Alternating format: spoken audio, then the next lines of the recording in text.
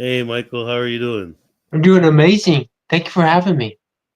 I don't know if I was muted the whole time, but basically, I was saying that um, MS is something that is pretty rampant. Like, I knew somebody close to me in my family that had MS, and it took them a while for them to, start to take care of it. And it is March month, and we are trying to take care of all those autoimmune diseases that deal with the brain, and one of them is MS. And I was explaining that MS really what it is your body attacking the protective coating around the neurons, and when that happens, it like everything goes pretty much haywire, and a lot of symptoms can happen afterwards, even leading up into a wheelchair. So I saw your picture. I was posting. I saw this picture online. Me and you are in a millionaire club, but I never saw this picture for almost a year after I met you, and I was like, man, like you really were a pretty strong guy before this MS. And then I seen this picture. I was like, whoa, like what happened? you know, uh, let it let the public know a little bit about you and tell us your story.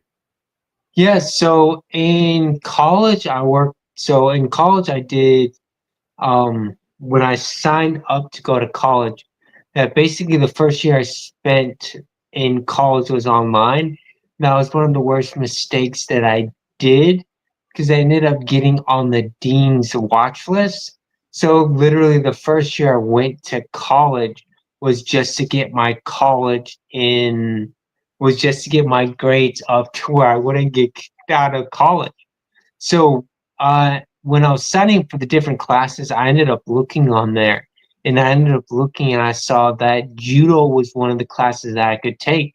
So I signed up for judo and then started off an entire three 3 year journey with judo and trained for national championships and trying to win the national championship and be first place in that.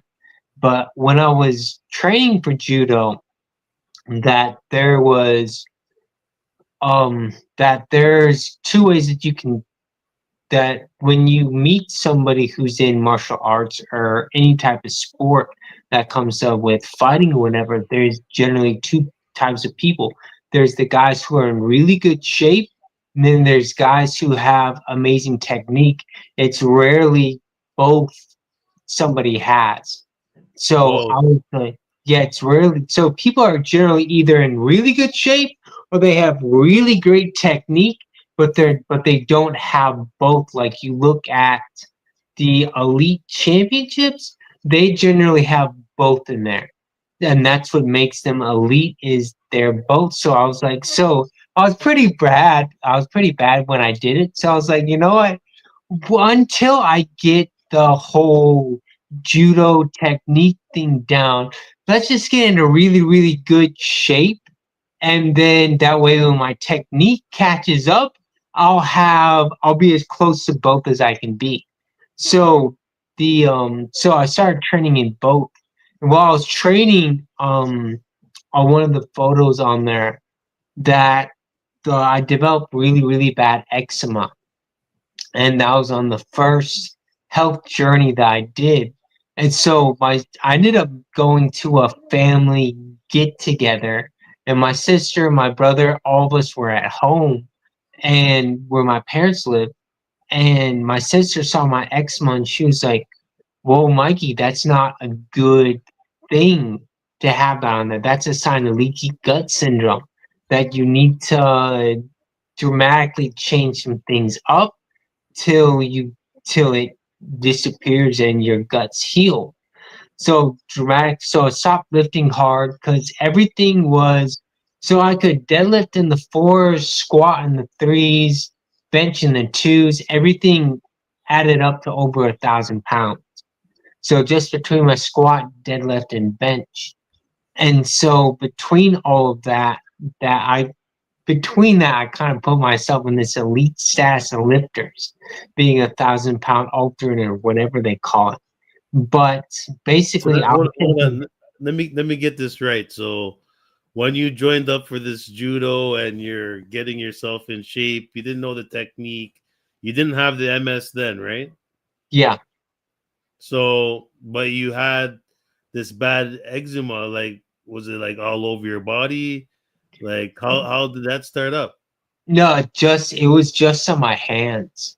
So Okay, between so a wrestler trying to use his hands, and you got all this bad eczema. It must have been pretty hard. Like maybe self esteem going into the ring, and maybe people looking at your hands or something like that, right? No, not really. Nobody looked at it. I guess I talked to some of the other people, and I guess like having eczema on your hands is something that a bunch of different lifters deal with. And Wow. some of it is that you put you that I put my body through so much stress because your body can only heal so many things at one time.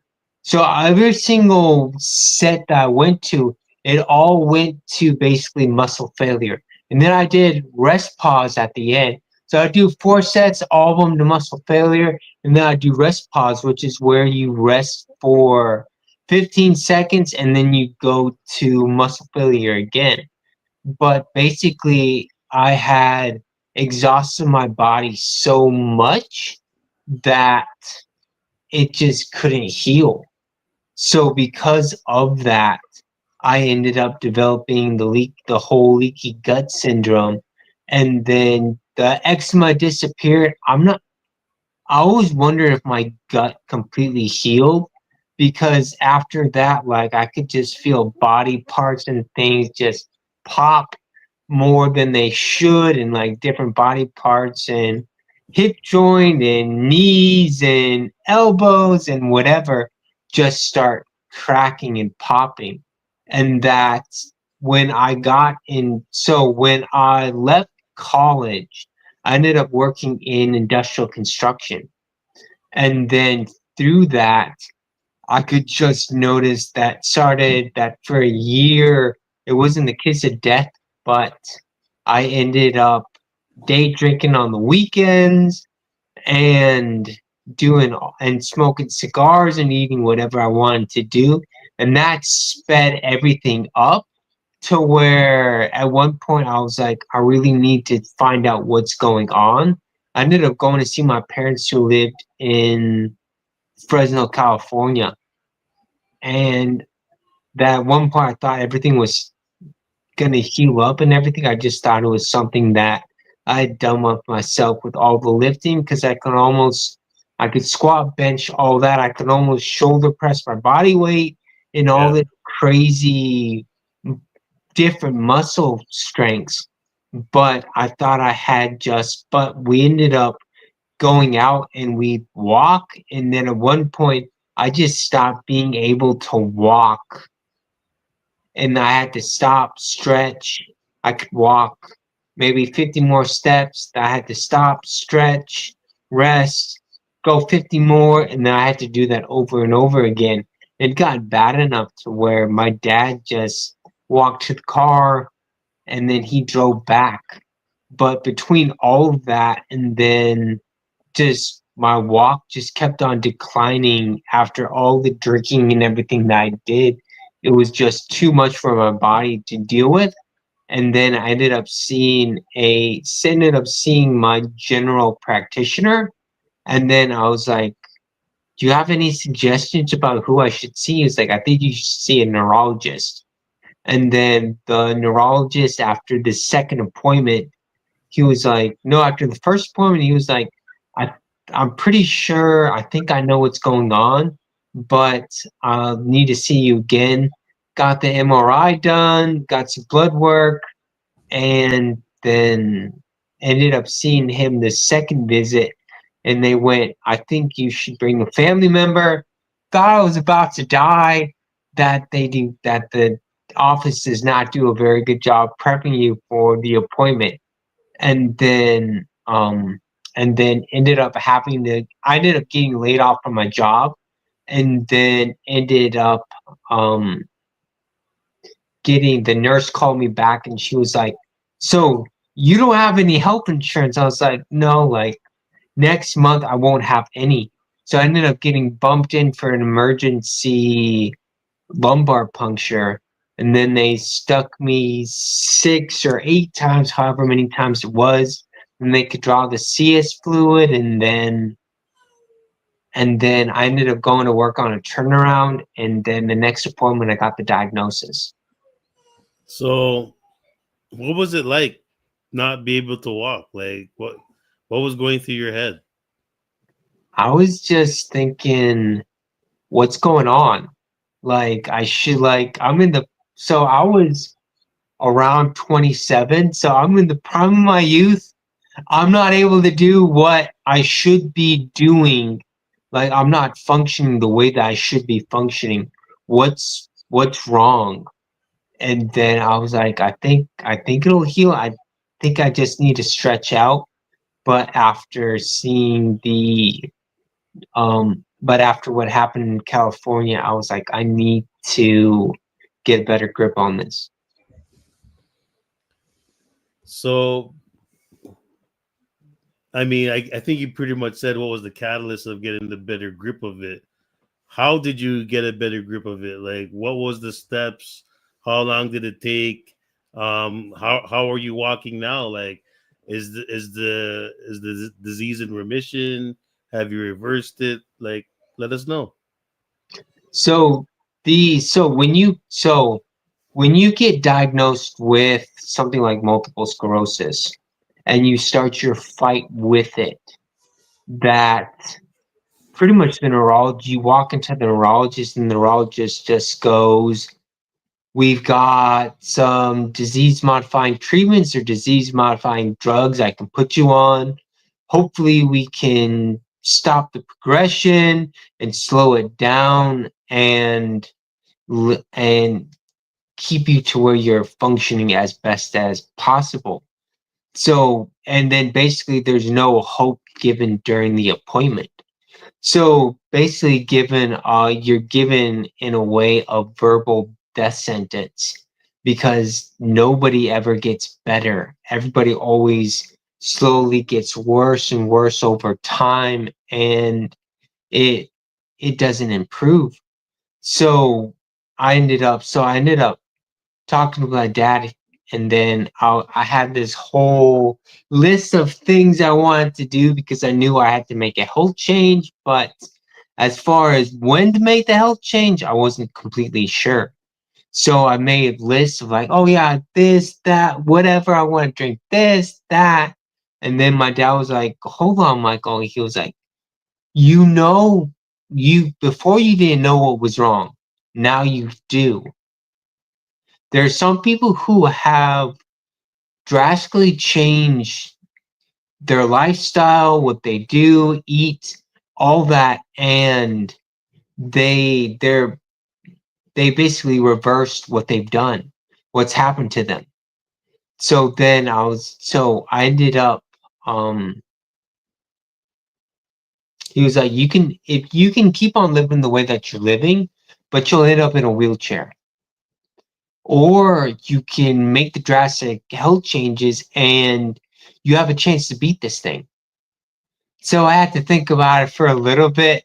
And then because I was literally saying goodbye to a lifestyle that I had been living and working on being the toughest guy in construction, and just going back to saying, okay, like, and I made all the changes, and then started improvement, and then and walk started to improve, and then over all the time, the neurologist just kept on saying,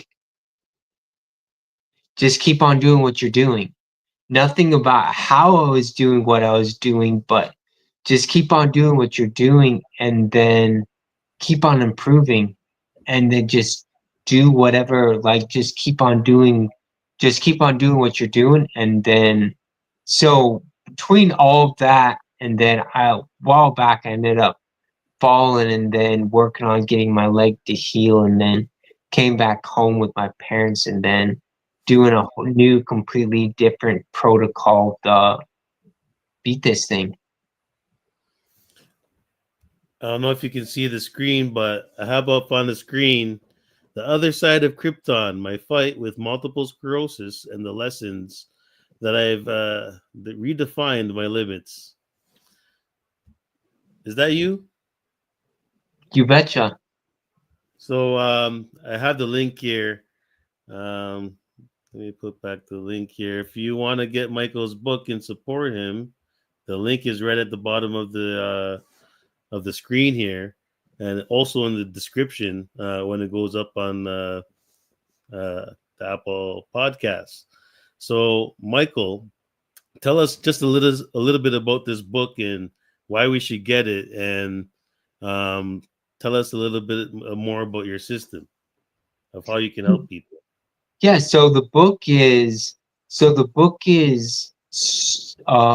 my story from the beginning to up to now, and then just the different tools and mindset hacks that I've used to help me get better. That your mindset is that it's not completely everything, but it's definitely a huge part of your journey, and it's an important part of the healing process, and just the different areas that can help you improve your life and improve your life, your health, and just get you to where you're functioning at your best version of yourself.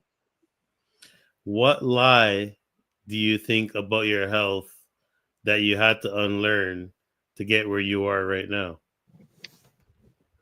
I always think back to there was a movie clip that was about a boxer who ended up getting paralyzed, and then he ended up getting back to where he was walking, and then that I always think back to what's the biggest lie someone ever told you, and that it's not that simple. What's not that, the lady asked, and what's not that simple? And the boxer goes, that's it, that it's not that simple.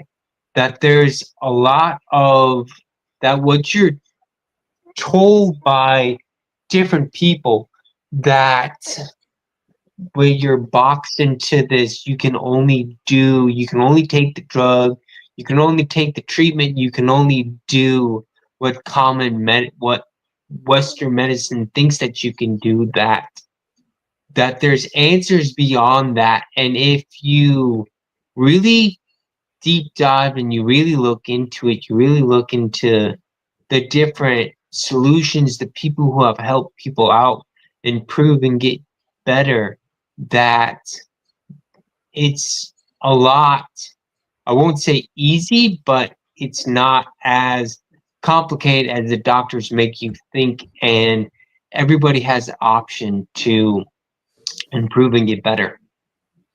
What's the three things that you're using right now in your wellness journey to keep you being Superman? Right now, the three things that I'm doing is, one is, of course, mindset.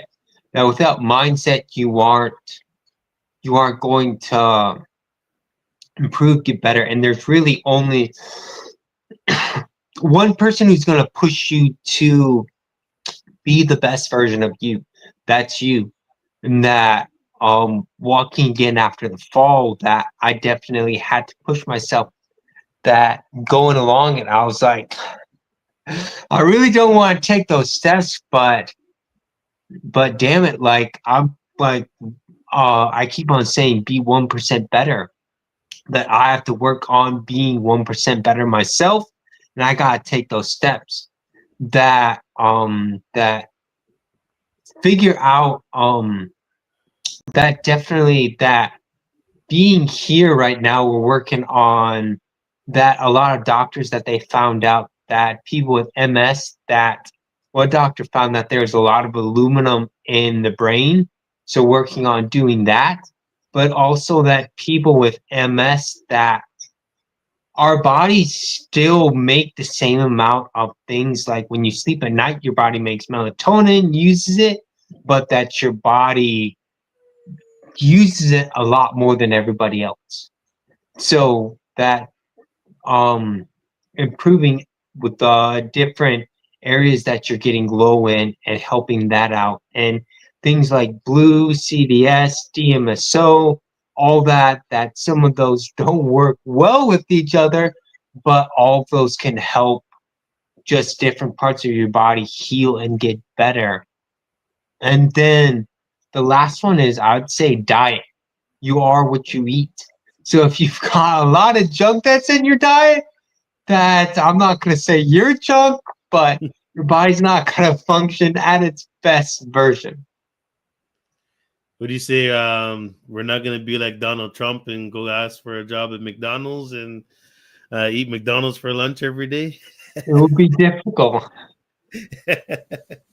Yeah, I mean, what was the catalyst that made you go for more natural health care than from the doctors? I know you mentioned um basically they basically told you, wrote you off and didn't give you any, you know I don't know, any help or any road path to getting healthy. But what really set you apart from looking out for the natural alternatives? What set that up was so after the appointment with the neurologist, I was kind of put in this, I'm going to call it the black hole of despair, to where, like, oh, so I just have to take this and that's it. And I can keep on living the way that I am. And then my dad gave me that hope, that thing that I was looking for at the beginning. And then in Western medicine and all that, like, they're only treating symptoms. So after listening to different podcasts like the Better Health Guy blogcast and different doctors coming on there and saying there's hope, and then we're having success with this or that, I was like, so I actually have an option that there's a chance that I can beat this. So I automatically came in with, so I can't get any help that I need really from Western medicine. So, but the people who have the answers that I need, they're all the scapegoats and the people in alternative medicine. I'm going to look there because they're having some success or whatever with it. Let's go ahead and look into that because they're doing something everybody else isn't doing.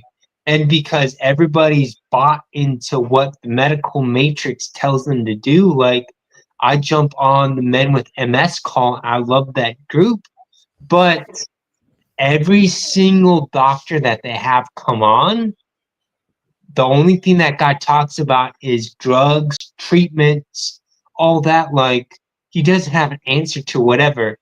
And then he only talks about what they've had studies with and whatnot. But really, if you were to dig deeper, get outside the medical matrix, then he'd find out other people who have success and he'd break those chains that put you in the medical matrix. Because there's a medical matrix for the patient, and there's a medical matrix for doctors. And depending upon which one you're in, then it's finding the people who have what you're looking for. Yeah, 100%. And for me, like over 30 years dealing with the Western doctors and not getting the help that I need, surgeries and biopsies and being in a wheelchair, it was definitely a hard thing. And, when I came across this heavenly program called AO Scan, I came up with this heavenly membership. And just on my screen here, just from using subtle energy frequency, we can support many conditions with multiple sclerosis. It's not intended to diagnose, treat, cure, prevent Right. any disease, but education, right? I mean, if you had the education right from the beginning, I'm pretty sure we could have got you feeling better and walking a lot better, faster, and giving you some tools and tips to help.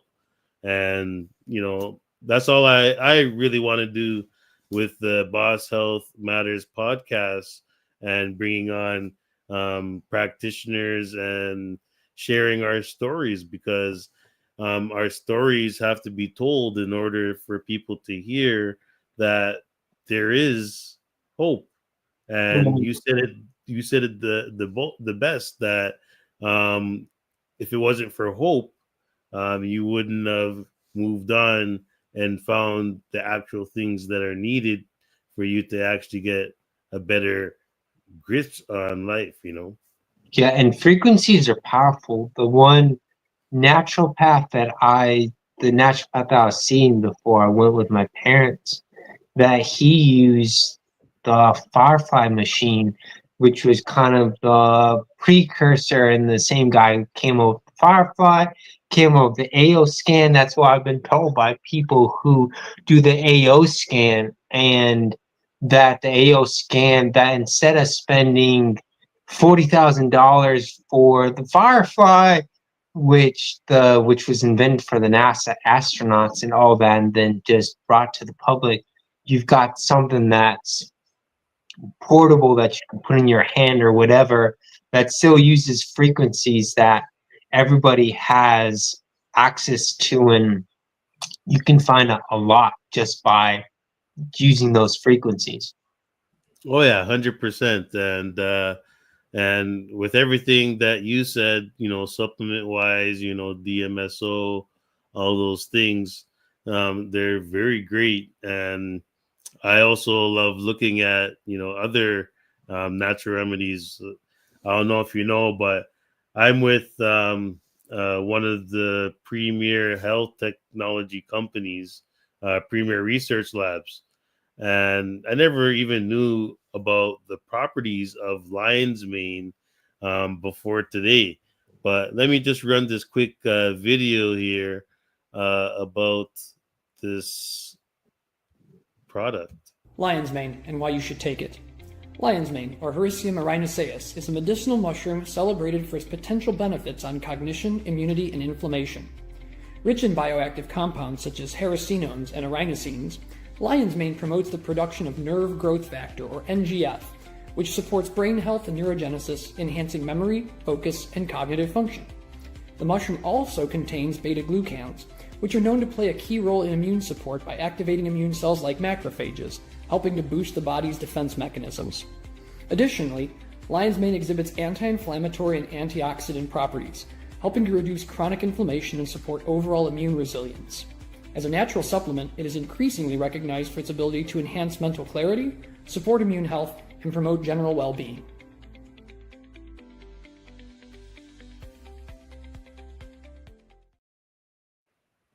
Yeah, so if you know about lion's mane, or this is the first time you heard about it, try it out. It could be definitely helpful for any type of neurological brain issue. Um, Not intended to diagnose, treat, cure. But Superman, are you still using those little circle things? Yeah, the patches. Tell us about that, because I think my public kind of knows about my do-it-yourself patches, but sometimes we're a little bit busy in life, and we want something that's already ready-made and ready to go. And I know you have these patches. You want to tell us a little bit about them? Yeah, so the patches, so what they do is that they use light frequencies, that there's sugars on them, and then once you put the patch on your skin, and that the when the sugars and melt that they start shining the sugars shrunk into that microcells that when your body heat melts them, so it could be on your clothes, it could be on your skin, because there's some people who do have a slight sensitivity to them, but when your body heat melts the what's on there, then those start shining frequencies that are on your body, light frequencies on your body, and then those different light frequencies may activate different parts in your body, and it activates different it can activate different stem cells in different parts of different depending upon what it is. And then stem cells, or that one, it works on stress and anxiety, or just different areas that, depending upon which patch you're using, that it can be good for, depending upon what you're trying to use it for. That sounds awesome, man. So when you started to use the patches, like how fast did you notice the effects? Some of them I noticed right away. And then some of them it took a couple months. But after that, I started noticing everything, all the effects and improvement. What's the best way to get a hold of you to go on a wellness journey with MS or any type of autoimmune, any health issue? Yes, so the best way to get a hold of me is, so I'm on Facebook, Michael Villines, and then my Instagram is Michael J. Villines, and my phone number is 208-242-6947. So there's 3 great ways to get a hold of me and reach out, and I'd love to have a conversation. And I guess one parting inspiration that you can give our public. I tried to tell my guests maybe something that if someone's struggling to think that they're the boss of their health, how can they take control? The way that you can first is realize that it's not over. That whatever the doctors and everybody tells you and gives you this black hole doom and gloom, that there are other people who are on the same journey as you, and they've improved whatever's going on. And so that, don't give up hope.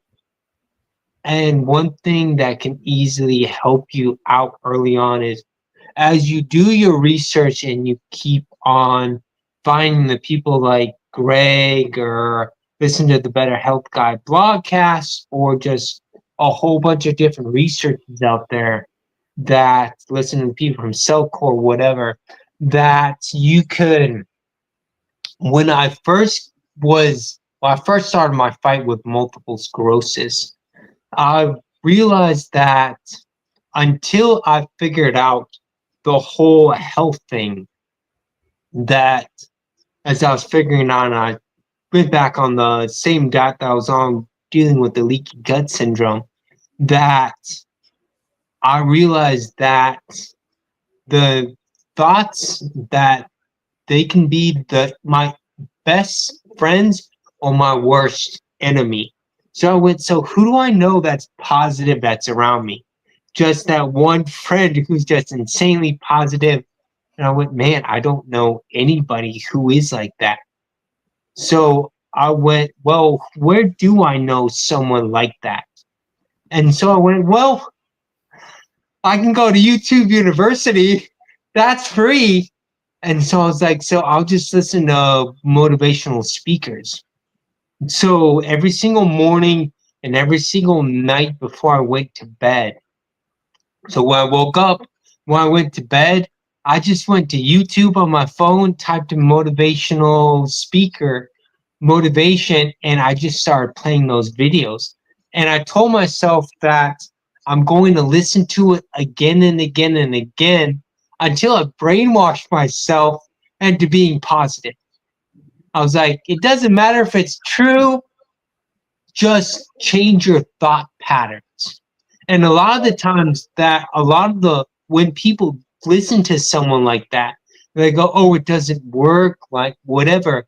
The problem is that the reason why I went to Unleash the Power Within with Tony Robbins, and he talked about that the reason why his program works, because they've had with Date with Destiny, they've had a 100% success rate of all the hardcore drug addicts who have ever gone to visit them. And the reason why people have success going to his events compared to going to see a counselor is because counselor gives you one or two things, and then he realizes that if he gives you more than that, your brain will start fighting it and you won't make the changes. But with an event where you completely flood your brain and you change your thought patterns completely, and you just hit yourself over and over and over and over again, and then eventually your thoughts change. The reason why his events have so much success compared to what the counselors have is because for 5-6 days you're jumping up and down all the time. Your brain has no chance to change. So when you listen to that over and over again, your brain after a while goes, you know what? I'm not going to fight this. I'm just going to accept it. So I would tell anybody that change your thoughts every single day. You might have to do it for a couple months, but that's cheapest, quickest, easiest way to change how you're thinking. I think that's very powerful because I 100% agree with you. Changing your thoughts is the best way of changing your physical ailments. So let's keep that. And you want to reach Superman, as I said, reach to him in the description. And if you want to reach me, I always give the first complimentary consultation. So we can see what's going on with you, boss, and reel in any health issue. Yeah, and you learn a ton by those calls with Greg. Cool. All right, man. Until next time, hope to see you back again soon, Superman. Sounds great.